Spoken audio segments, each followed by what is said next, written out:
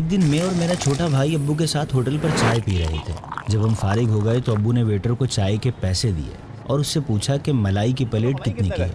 मलाई 70 रुपए की सर। 70 रुपये का? चले फिर कभी सही। मुझे ये सब कुछ देखकर अंदाजा हो गया था कि अब्बू का दिल कर रहा है मलाई खाने का, क्योंकि अब्बू को मलाई बहुत पसंद थी। हम घर तो आ गए, मगर मैं पक्का इरादा कर चुका था कि अब्बू को उनकी पसंदीदा चीज़ लाकर ज़रूर खिलाऊंगा।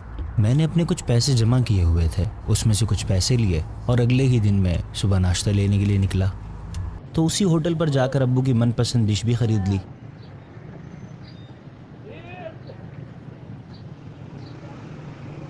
घर आकर मैंने अब्बू से कहा कि अब्बू नाश्ता कर लो। अब्बू ने मेरे हाथ में सामान देखकर पूछा, तुम ये लेकर क्या आए हो? अरे बेटा, ये क्या ले आए हो?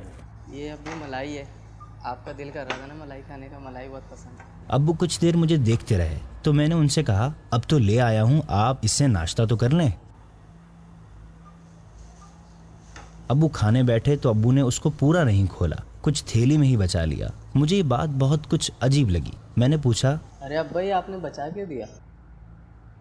बेटा, ये आपकी माँ और छोटे बहन भाई चखने। ये जवाब सुनकर मैं हैरानी से बोला, बाबा ये मैं आपके लिए लाया था, सबके लिए नहीं। और अम्मी के लिए तो समझ आता है, लेकिन उन छोटों के लिए क्यों? वो तो वैसे ही सारा दिन चीजें खाते रहते हैं। अब्बू ने कहा, बेटा, मैं अपने बारे में ही सोचता तो आपकी हो जाती परवरिश।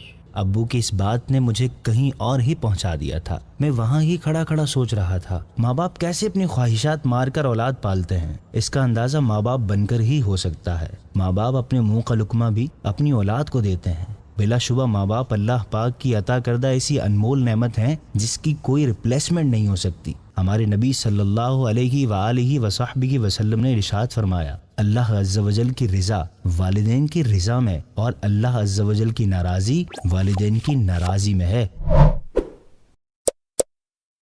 If you like, please hit the like button and subscribe our channel, dear Islamic brothers.